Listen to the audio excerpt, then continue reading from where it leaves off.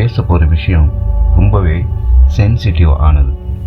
அதே சமயம் பலருடைய மனசில் இருக்கிற ஒரு ரகசிய கேள்வி.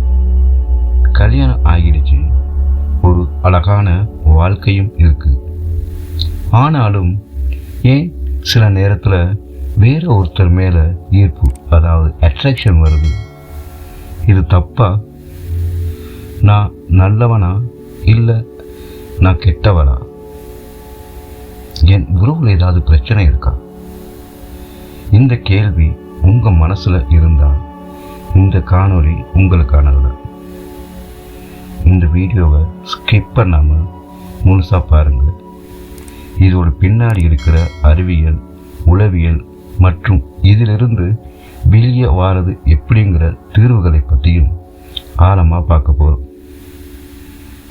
சப்ஸ்கிரைப் செய்யாத உறவுகள் சப்ஸ்கிரைப் செய்துட்டு உள்ளவாங்க, நாம் விரிவாக பார்க்கலாம்.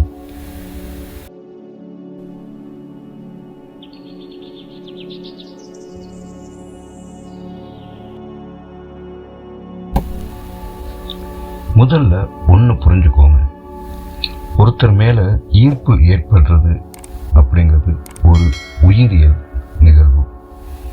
அப்படின்னா பயாலஜிக்கல் ப்ராசஸ். நம்ம மூளையில் ஒரு டோபமைன் அப்படிங்கிற ஒரு கெமிக்கல் இருக்குது. இதை ஹாப்பி ஹார்மோன் அப்படின்னு சொல்லுவாங்க.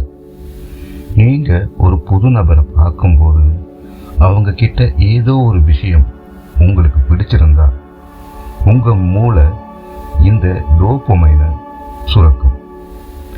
இது ஒரு போதை மாதிரி. இதுக்கும் உங்கள் ஒழுக்கத்துக்கும், அதாவது உங்கள் கேரக்டருக்கும் எந்தவித சம்பந்தமும் கிடையாது. இது ஒரு விபத்து மாதிரி, இது ஒரு ஆக்சிடென்ட் மாதிரி தான் நடக்கும். ஆனால் அந்த ஈர்ப்பை எப்படி நீங்கள் எடுத்துக்கிட்டு போகிறீங்கிறது தான் முக்கியம். இதுக்கு முக்கியமான காரணம் என்ன? அதாவது உங்களுக்கு ஏற்படுற ஒரு சலிப்பு, உங்களோட லைஃப்பில் ஏற்படுற ஒரு ரூட்டீனான ஒரு விஷயம். அதாவது எப்படின்னா, தினமும் ஒரே வேலை, ஒரே மாதிரியான பேச்சு. இதனால் வாழ்க்கை ஒரு மெக்கானிக்கல் மாதிரி ஆகிடுது. அப்போது வர்ற புது நபர் ஒரு சேஞ்ச் மாதிரி நமக்கு தெரியாது. அதாவது ஈஸியாக புரிஞ்சுக்கணும்னா, நம்ம தினமும் ஒரே மாதிரி அரைச்சமாகவே அரைச்சிக்கிட்டு இருப்போம். எந்த ஒரு புதுமையான சிந்தனைகளும் அங்கே இருக்காது. காலையில் எழும்புகிறோம், மாலையில் என்ன செய்கிறோம், சாப்பிட்றோம், குடிக்கிறோம், வேலைக்கு போகிறோம். இதே ஒரு விஷயத்த நம்ம ருட்டீனாக செஞ்சிட்டு இருக்கும்போது நம்மளோட மூளைக்கு அது ஒரு சலிப்பை ஏற்படுத்துது. இதுதான் முதல் காரணம். ரெண்டாவது தான் பரிணாம வளர்ச்சி. அது எப்படின்னு பார்த்தீங்கன்னா, மனித இனங்கிறது ஆரம்ப காலத்தில் பல துணைகளை தேடும் இயல்பு கொண்டதாக தான் இருந்தது. சில ஆய்வுகள் சொல்லுது என்னன்னா, இது நம்மளோட ஜெனட்டிக்கல் தொடர்பானது. பரிணாம வளர்ச்சிக்கு முன்னால் நாம் மனிதன் பல துணைகளை தேடி வாழ்ந்தவர். ஆனால் பிற்காலத்தில் ஒரு நாகரிகம் அடைந்த ஒரு சமூகம் நமக்காக ஒருவனுக்கு ஒருத்திங்கிற அழகான குடும்ப கட்டமைப்பை உருவாக்கி இருக்கு. இதை தான் பரிணாம வளர்ச்சின்னு நாம சொல்றோம். நிறைய நேரங்களில் ஈர்ப்புங்கிறது உடம்பு சார்ந்த ஒரு விஷயமே கிடையாது, அது நம்ம மனசு சார்ந்தது. உங்கள் பார்ட்னர்கிட்ட, அது உங்கள் துணைவர்கிட்ட உங்களால் மனசு விட்டு பேச முடியலையா? நீங்கள் செய்கிற சின்ன சின்ன விஷயங்களை கூட அவங்க பாராட்ட மாட்டேங்கிறாங்க, அல்லது அதை கண்டுக்க மாட்டேங்கிறாங்க. உங்களுக்கு ஒரு கஷ்டம்னா அவங்கக்கிட்ட சொல்ல முடியலையா? இல்லை அவங்க அதை புரிஞ்சுக்கிறாங்க இல்லையா? இந்த இமோஷனல் கேப், இதுதான் ஆபத்தானது. அதாவது உங்களோட உணர்வு பூர்வமான இந்த இடைவெளி தான் ரொம்ப ஆபத்தானது. இப்போது நீங்கள் அலுவலகத்திலேயோ இல்லை வெளியவோ ஒருத்தர் உங்களை இன்னைக்கு நீங்கள் ரொம்ப அழகாக இருக்கீங்கன்னு சொன்னாலோ, அல்லது உங்கள் கஷ்டம் எனக்கு புரியுதுன்னு ஆறுதலாக கொஞ்சம் நேரம் பேசினாலோ, உடனே அவங்க மேலே ஒரு ஈர்ப்பு தானாகவே ஏற்பட்டுரும். இது உண்மையில் அந்த நபர் மேல இருக்கிற காதல் கிடையாது. உங்க துணை கிட்ட இருந்து உங்களுக்கு கிடைக்காத அந்த அன்புதான் காரணம். அதாவது உங்களோட பார்ட்னர்ட்ட இருந்து உங்களுக்கு எது கிடைக்கலையோ அது இன்னொருத்தர் இருந்து கிடைக்கும் போது ஏற்படுற ஒரு சலனம் அப்படிதான் இதை வச்சுக்கணும்.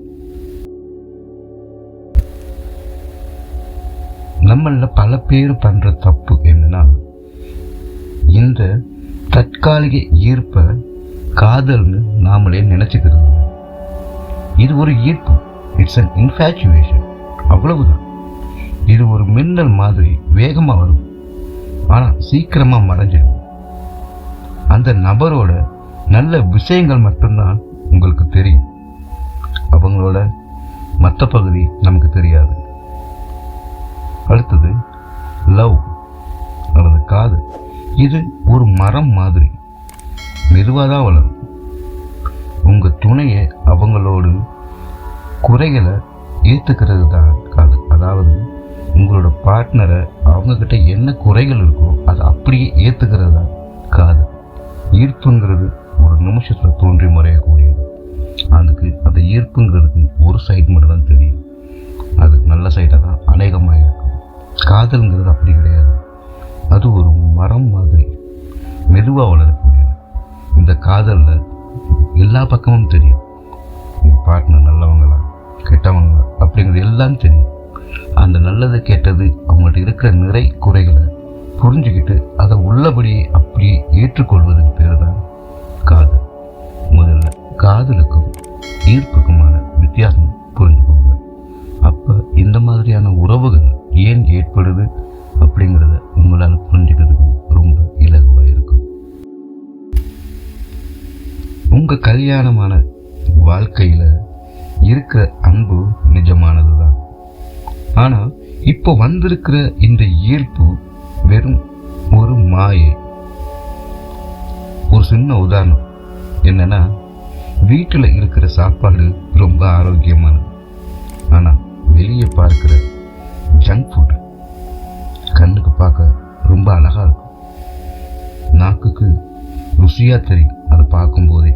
ஆனால் அது உடம்புக்கு நல்லதில்லை, இல்லையா?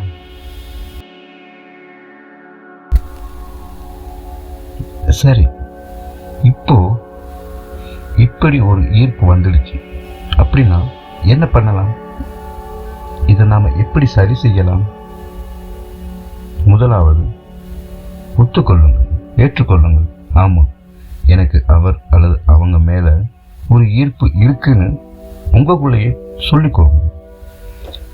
அதை மறைக்கவோ அல்லது பயப்படவோ தேவையில்லை. அதாவது ஒருத்தர் மேலே உங்களுக்கு ஈர்ப்பு ஏற்பட்டுச்சுன்னு சொன்னால் நீங்கள் ஐயோ இது தவறு, இது நான் அப்படி நினைக்கக்கூடாது அப்படின்னு உங்களுடைய கட்டுப்படுத்தாதீங்க. முதல்ல உங்களுக்குள்ள அப்படி விஷயம் வந்திருக்குன்னு சொன்னால் எஸ், அப்படி ஒரு விஷயம் அவர் மேலே ஒரு ஈர்ப்பு எனக்கு வந்திருக்கு அப்படிங்கிறத நீங்கள் முதல்ல ஏற்றுக்கணும். எஸ், வந்திருக்கு அப்படிங்கிறது. ரெண்டாவது, விலகி இருங்க. அந்த நபர் கூட பேசுகிறத செக் பண்ணுறத குறைச்சிக்கோங்க.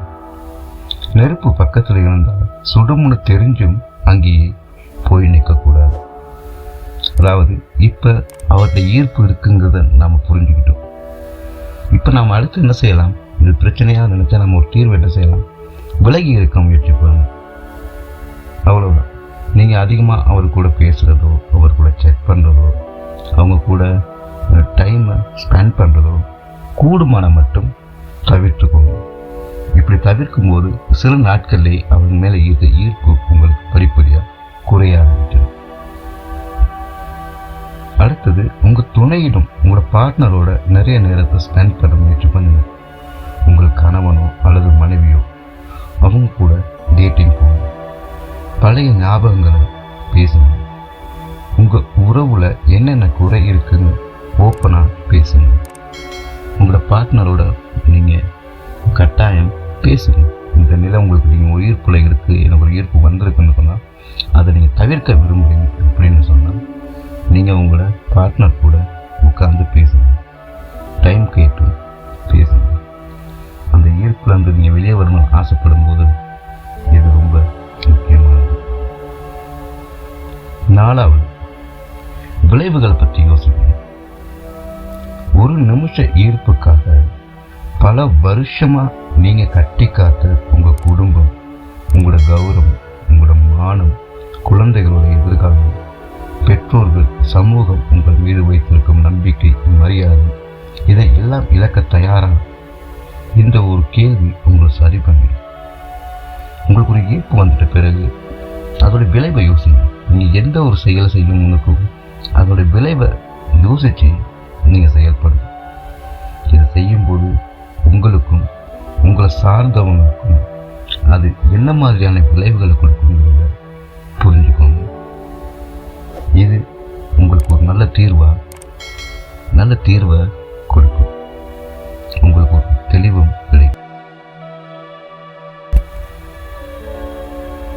வாழ்க்கைங்கிறது ஒரு அழகான பயணம். அதுல சின்ன சின்ன சலனங்கள் வர்றது ரொம்ப இயல்புதான். ஒரு அழகான தோட்டத்தில் இருக்கும்போது வெளியே இருக்கிற ஒரு பூ ரொம்ப அழகா தெரியலாம். ஆனா அந்த பூவுக்காக தோட்டத்தையே தீ வச்சு நாம் எரிச்சிடக்கூடாது. உங்க பார்ட்னர் அல்லது உங்களோட துணை, அவங்க மேல உங்களுக்கு இருக்கிற அன்பை புதுப்பிச்சுக்கோங்க. ஈர்ப்புகள் வரும் போகும். ஒருத்தர் மேல வருது அட்ராக்ஷன்.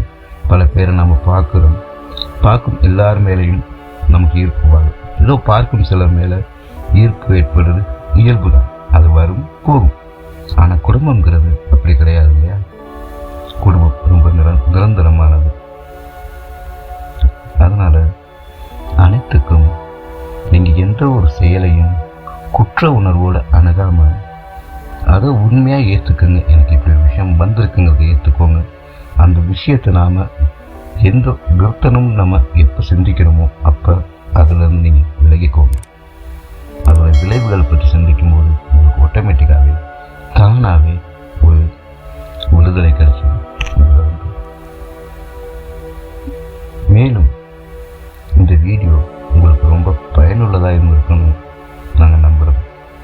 இந்த வீடியோ உங்களுக்கு பிடிச்சிருந்துச்சுன்னா லைக் பண்ணுங்கள், உங்கள் நண்பர்களுக்கு ஷேர் பண்ணுங்கள் மற்றும் கமெண்ட் பண்ணுங்கள்.